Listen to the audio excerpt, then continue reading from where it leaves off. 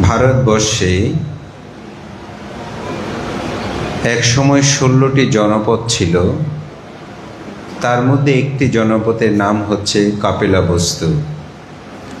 এই কপিলবস্তু নগরে রাজা ছিলেন শুদ্ধোদন এবং রানী ছিলেন মহামায়া। তারা নিঃসন্তান ছিলেন। অনেক দিন ধরে সাধনা করছেন একজন সন্তানের জন্য। নিরাশ হয়ে রাজা শুদ্ধোদন মহামায়ার বোনকেও বিয়ে করেন, কিন্তু তখনও তিনি নিঃসন্তান। একদিন গভীর নিশীথ রাত্রে একটি স্বপ্ন দেখলেন রানী, যে তাকে পালঙ্ক করে নিয়ে গেল সরোবরে, যেটাকে আমরা লেক বলি এখন বর্তমানে। সেখানে গিয়ে তাকে স্নান ও কর্ম সম্পাদন করলেন। একটি শ্বেতহস্তি পদ্ম হাতে সে 3 বার প্রদক্ষিণ করে তার দেহে প্রবেশ করলেন। সেদিন ছিল শুভ আষাঢ়ী পূর্ণিমা।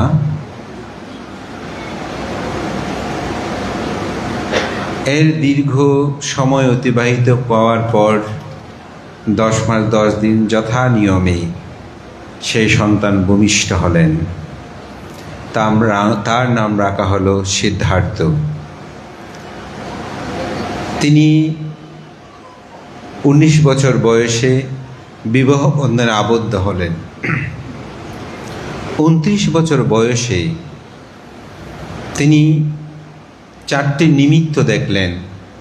একজন জরাগ্রস্ত ব্যক্তি, একজন বেয়াদে অসুস্থ ব্যক্তি, একজন মৃত ব্যক্তি এবং একজন সন্ন্যাসী। 3 জনকে দেখে তিনি মুক্তির জন্য ব্যাকুল হলেন। সন্ন্যাসীকে দেখে সে বিমুক্তির জন্য সংসার ত্যাগের কথা ভাবতে লাগলেন। 29 বছর সে বয়সে একদিন গভীর নিশীথ রাত্রে আষাঢ়ী পূর্ণিমা তিথিতে তার প্রাণপ্রিয় সেই স্ত্রী গোপাদেবী, তার সদ্যজাত পুত্র রাহুল, তাদেরকে শেষ দর্শন করে পূর্ণিমার ঘোর আলোয় তিনি রাজপ্রাসাদের গোপন পথ ধরে তিনি গৃহত্যাগ করলেন। সেদিন ছিল আষাঢ়ী পূর্ণিমা। দীর্ঘ 6 বছর কঠোর সাধনার পর বৈশাখী পূর্ণিমা তিথিতে গয়ার বোধিদ্রুম তলে বসে বুদ্ধত্ব লাভের পর তিনি চিন্তা করলেন, আমার এই ধর্ম কাকে দেশনা করব। তিনি পর্যায়ক্রমে ভাবতে ভাবতে যাদেরকে পণ্ডিত মনে করতেন তারা অনেকেই কালগত হয়েছেন। শেষান্তে খুঁজে পেলেন, দীর্ঘ 6 বছর কঠোর সাধনার পর 5 জন যে শিষ্য যারা তার সাথে ছিল বন্ধু হিসাবে, তারা জ্ঞানের সন্ধানে রত। তাদেরকে আমি আমার সে আলোকদীপ্ত যেটি উদপাদিত হয়েছে, প্রজ্ঞা উদিত হয়েছে, জ্ঞান উদিত হয়েছে, সে ধর্মটা তাদেরকে বলবো। তাই তিনি সে গয়ার বিহার প্রদেশ থেকে বেনারসের সেই সারনাথের ঋষিপতনমিগধামে গমন করলেন। সেখানে যখন তিনি যাচ্ছেন, তার ওই 5 জন বন্ধু যারা পরবর্তীতে শিষ্য হয়েছেন, তারা সংকল্প করলেন, না, এই রাজকুমার সিদ্ধার্থ সন্ন্যাসীকে আমরা বরণ করব না, কারণ তিনি পথভ্রষ্ট হয়েছেন। তিনি কিচ্ছসা ত্যাগ করে এক রমণীর কাছ থেকে তিনি পায়সন্য গ্রহণ করেছেন, তাই তাকে ছেড়ে তারা গিয়েছিল। কিন্তু যখন সেই সিদ্ধার্থ গৌতম তাদের সম্মুখে কাছে আসলো, আপনা আপনিতেই এমন হলো, কেউ তার পাদুকা নিচ্ছে, কেউ পাত্র নিচ্ছে, কেউ চিবর নিচ্ছে, কেউ বসার আসন তৈরি করে দিয়েছে। সেখানেই তিনি বসলেন এবং এই পঞ্চবর্গীয় শিষ্যকে সেদিন সে জ্যোৎস্নাত রাত আষাঢ়ী পূর্ণিমা তিথিতে সেখানে প্রথম ধর্মচক্র প্রবর্তন সূত্র দেশনা করলেন। বুদ্ধের ধর্ম দর্শন যখন চতুর্দিকে ছড়িয়ে পড়ল, অন্যান্য তীর্থঙ্করগণ তথাগত বুদ্ধের এ ধর্ম প্রচারকে বাধা দেওয়ার জন্য তাদের দান ধর্ম কমে যাচ্ছে বিদায় বুদ্ধের প্রতি বিরোধিতা করতে শুরু করলেন। বুদ্ধের একজন শিষ্য, একটি খেলা হচ্ছিল একটা জায়গায়, সেটা তেলে বাঁশের মধ্যে উপরে অনেকগুলো জিনিস বেঁধে দিয়ে ওটা বেয়ে উঠে জিনিস নেয় না, ওইরকম একটা প্রতিযোগিতা হচ্ছে। উপরে সেখানে একটা স্বর্ণের পাত্র দিল, এটা সে তেলে বাঁশে বেয়ে যে উঠে নিতে পারবে তার হবে। এখন অনেকে চেষ্টা করছে, পাচ্ছে না। তো বুদ্ধের এক শিষ্য, তিনি এক পর্বত গুহা থেকে উড়ে আসছিলেন, দেখতে পেলেন যে সবাই এটা নেওয়ার জন্য তেলে বাঁশের মধ্যে বারবার উঠছে পড়ে যাচ্ছে। তিনি উড়ে এসে ঋদ্ধি প্রবেশে পাত্রটা নিয়ে চলে গেল। জনগণ নিন্দা করতে শুরু করলো, দেখো দেখো বুদ্ধের শিষ্যগণ কেমন, ওনারা একটা পাত্রের জন্য কত লুবি, ঋদ্ধি দেখিয়ে পাত্রটা নিয়ে চলে গেল। আর এখান থেকে বাঁশের তেলে বাঁশ বেয়ে কেউ আর যেতে পারল না।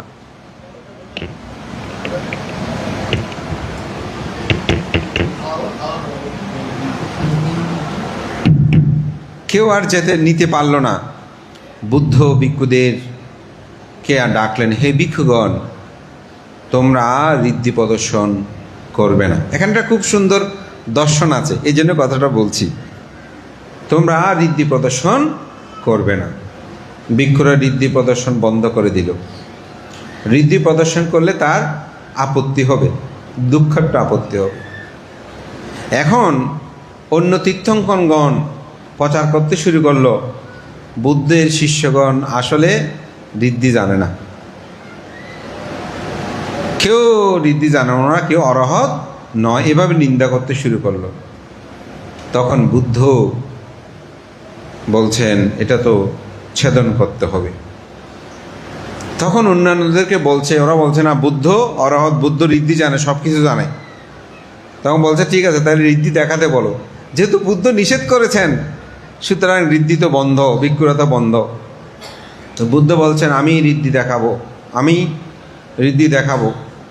তো তখন একটা আম বাগানে ঋদ্ধি প্রদর্শন হবে। তো ওনারা চিন্তা করেছেন, বুদ্ধ এখানে বিবিধ আম টাম তৈরি করবেন, আম দিয়েই করবেন, সে করবেন, সব আম গাছ কেটে ফেলল।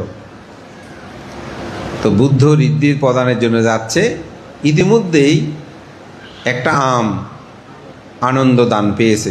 এটা বললে অনেক, আমি খুব সংক্ষেপে বলছি বিষয়টা, কারণ মূল বিষয়টা একটু আলোচনা না করলে আষাঢ়ী পূর্ণিমাটা পূর্ণতা আসবে না।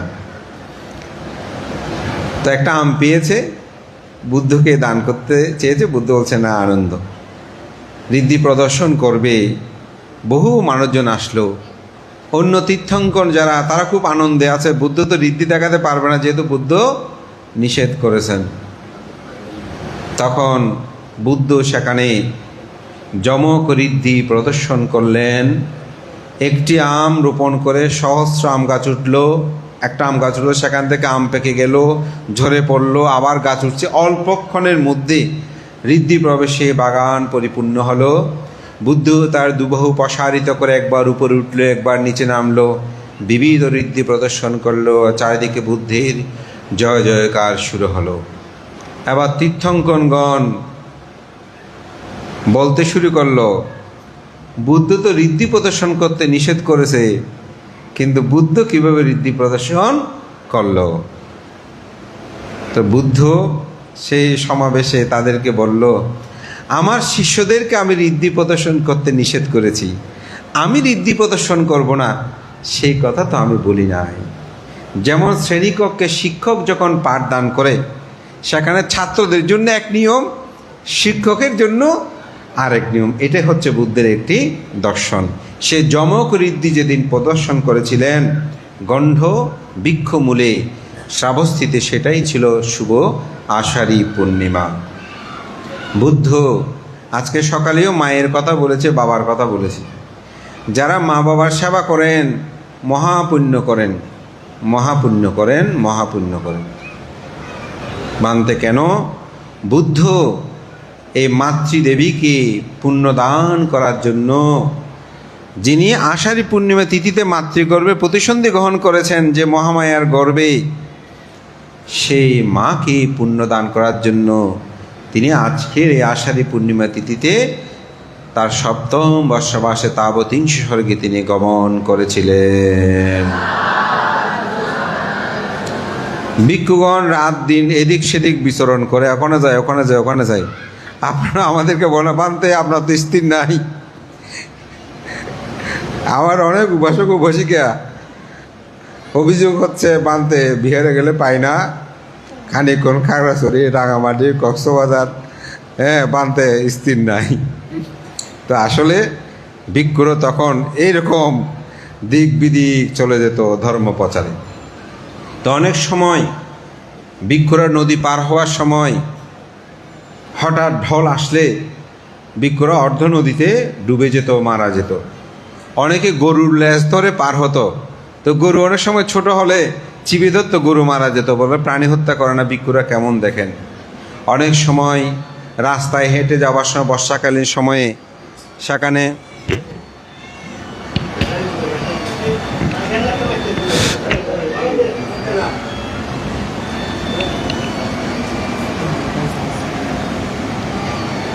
হ্যালো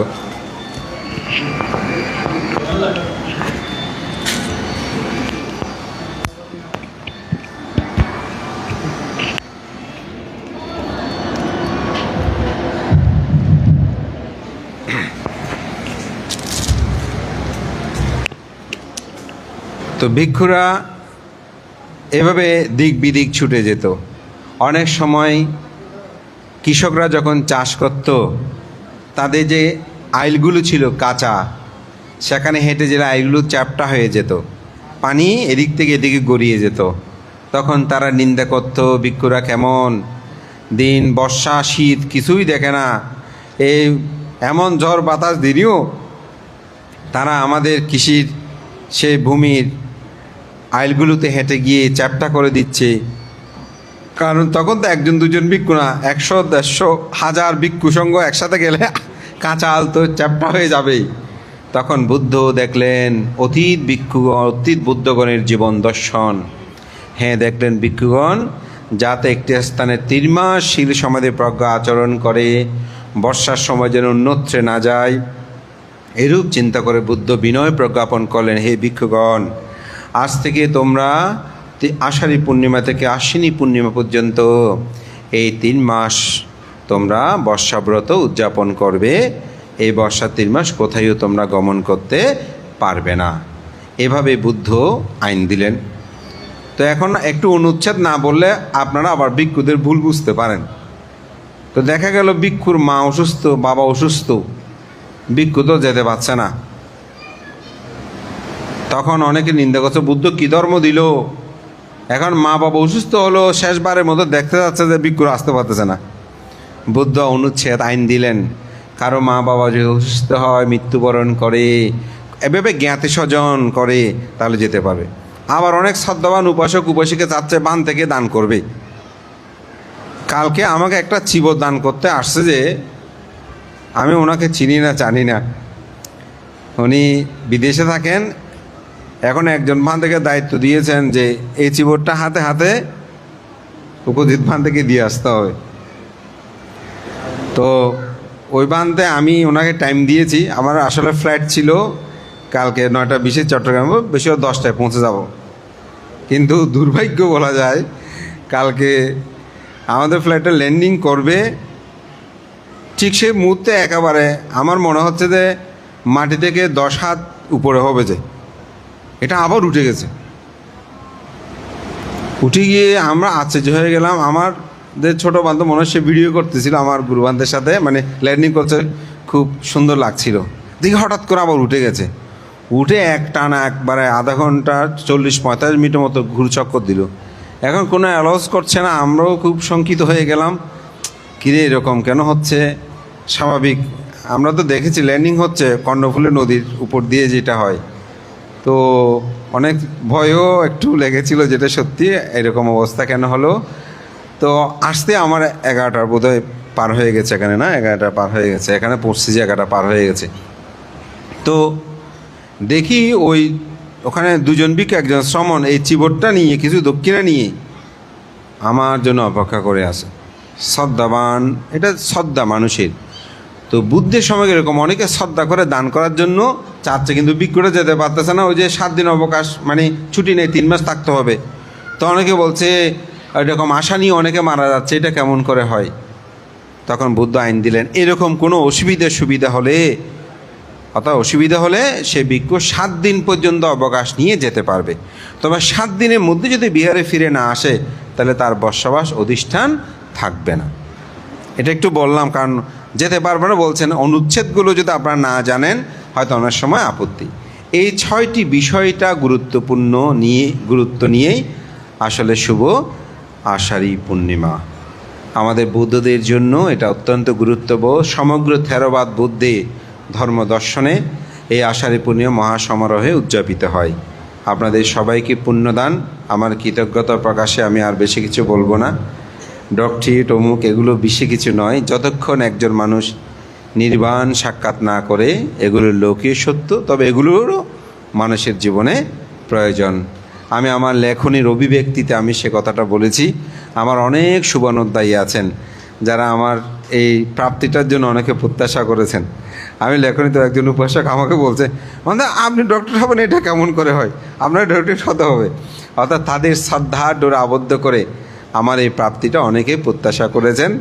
তো আসলে এটা এত সহজ ছিল না, অনেক কঠিন। আমার ক্ষেত্র নয়, আমি এই পর্যন্ত যারা ডক্টরি নিয়ে অনেকের সাথে আলাপ করলাম, সবার অনেক প্যারা পেতে হয়েছে, কারণ এটা রিসার্চের একটা বিষয় থাকে, যার কারণে এগুলো একটা কাজ যদি একটু ভুল হয়, এটা একটা সংশোধন করতে গিয়ে অনেকগুলো কাজ আপনাকে করতে হয়। তা আমি অসীম কৃতজ্ঞতা জানাই আপনাদের সবার প্রতি। আমার সুখে সুখে হওয়া, দুঃখে দুঃখে হওয়া এটা সহজ নয়। বুদ্ধ এটাকে মুদিতা বলে, অর্থাৎ যিনি সুখে সুখী হন, দুঃখে দুঃখী হন। আমার সুখে যে আপনার সুখী হতে পারছেন, এটা কিন্তু অনেক আনন্দের, এটা অনেক প্রীতি, কারণ অনেকে অনেক প্রাপ্তিকে মেনে নিতে পারে না। তা আমি মনে করি আপনারা সেটা মেনে নিয়ে আমাকে আজকে সংবর্ধিত করেছেন। আমি সংবর্ধনা আসলে এগুলো নিষেধ করেছি। আমাদের সংবাদবান্ধবকে সংবর্ধনার সময় ওনারা চেয়েছিলেন, তখন আমরা মানে প্রায় 6-7 লক্ষ টাকা বাজেট করে অনুষ্ঠান করেছিলাম সংবাদবান্ধবের পূজা। তো আমার দায়গ্রাম আমাকে বলছে, বান্দা আমি না, আমি এইসব চাই না, এখন কাজ করতে চাই। তো আমি ছিলাম না, এর পরেও ওনারা এই আয়োজন করেছেন। আমার দায়িকা বৃন্দ, আপনারা সবাই, আমি সবার প্রতি কৃতজ্ঞতা জানিয়ে তাদেরকে পুণ্যদান করি। আমাদের এখানে উপাসক শিমুল বাবু তার বক্তব্যে বলেছেন, আমাকে যেভাবে সুযোগ দেন, আমার দায়িকা যেভাবে আমাকে সম্মানিত করেন আমার কাজ করার ক্ষেত্রে, আমি মনে করি একজন ভিক্ষুর জীবনে দায়িকাদের সহযোগিতা সর্বাত্মক এটা প্রয়োজন। যদি ভালো দায়িকা না হয়, ভালো ভিক্ষু সৃষ্টি হবে না, এটা একেবারেই খাঁটি সত্য। আমি আমার ভিক্ষু সঙ্গদেরকেও বলি যে তুমি ভালো হও, দেখবে তোমার আশেপাশেগুলো ভালো হওয়ার জন্য চেষ্টা করবে। এবং আমি মনে করি এই চাঁদগাঁও গ্রামবাসী, এখানে নিকাই কুল ঊর্ধ্বেই আমাকে সবাই শ্রদ্ধা সম্মান গৌরব করে, আমি তাদের অসীম কৃতজ্ঞতা জানাই। আমার 26টি বছর অতিবাহিত করেছি এখানের ধুলি মাটি কণা, আমার এই দেহ সব কিছু তাদের প্রতি আজীবন ঋণী। এই ঋণ অপরিশুদ্ধ। আমি আমার ধর্মময় জীবন দিয়ে শাসন সদ্যমের কল্যাণে নিবেদিত হওয়ার জন্য চেষ্টা করি। আজকে এখানে আমাদের অনিমেষ বাবু, আমাদের শিক্ষক যতীন্দ্র বাবু, আমাদের ব্যাংকার বিশিষ্ট সমাজকর্মী কনককান্তি বড়ুয়া, আমার অত্যন্ত প্রিয় বাজন একজন ধার্মিক উপাসক এবং সমাজকর্মী নিদ ব্যক্তিত্ব বিধানবাবু সহ এখানে অনেক, এবং আমাদের সুদূরবাবু অন্যান্য যারা দায়িকা আছেন। আমাদের বিহারের বর্তমানে অনেকটা বয়োজ্যেষ্ঠ উপদেষ্টার মতো বলে আমাদের আশুতোষ বাবু, এবং সর্বশেষ যিনি নিবৃত্তি এই বিহারের একজন অন্যতম দাতা, সেই শ্রীমতী মানু বড়ুয়া, যারা এই সমাজ সদ্ধর্মের কাজে নিবেদিত, তাদের সকলের উত্তর শ্রীবৃদ্ধি কামনা করে উপস্থিত সকল উপাসক উপাসিকাবৃন্দ আপনাদের মঙ্গল কামনা করে আমার কথা এখানে শেষ করছি। জগতের সকল প্রাণী সুখী হোক, পুণ্যদান করুন।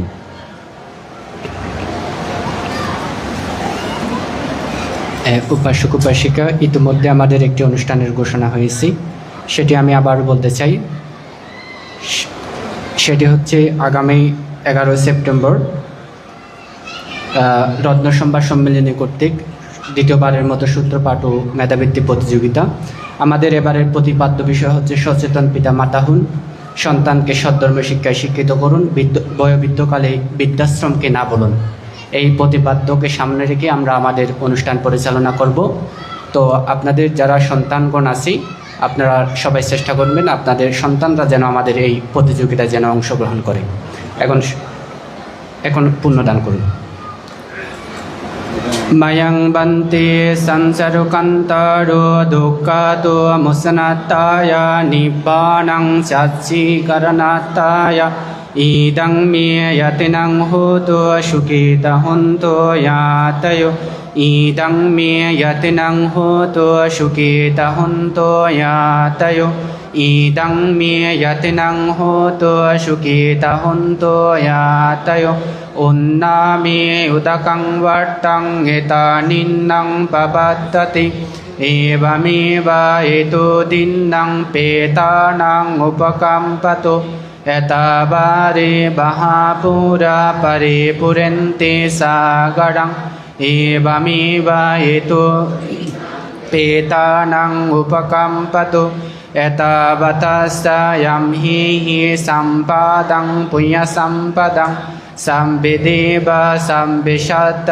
সম্বিভূত অনুমোদন্তু সম্পতিসিং আকাশট স ভূম্মট দেবনাগ মহিন্দিকা পূয়ন্তাং অনুমোদিত্বা শিরং রক্ষন্তু বুদ্ধশাসনং শিরং রক্ষন্তু বুদ্ধদেশনং শিরং রক্ষন্তু মং পরং ইমেন পুয়কম্মেন মামে বালা সমা সতং সমাগমো হোতো যবনিব্বাণপত্তিয়া ইদং মে পুয়ং ইদং মে শীলং ইদং মে দানং আচবকয়ব ইদং মে পুয়ং নিব্বাণস্য পচ্ছয়ো হোতো সব্বে সত্তা সুখিতা হন্তো সম্পদুঃখা বিনাশতো ভবতো অতিষ্ঠন্তু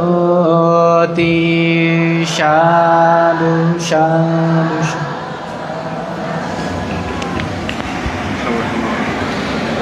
আজকের অনুষ্ঠানের সভাপতি বান্তের নির্দেশক্রমে আজকের অনুষ্ঠান এখানে সমাপ্ত ঘোষণা করা হলো।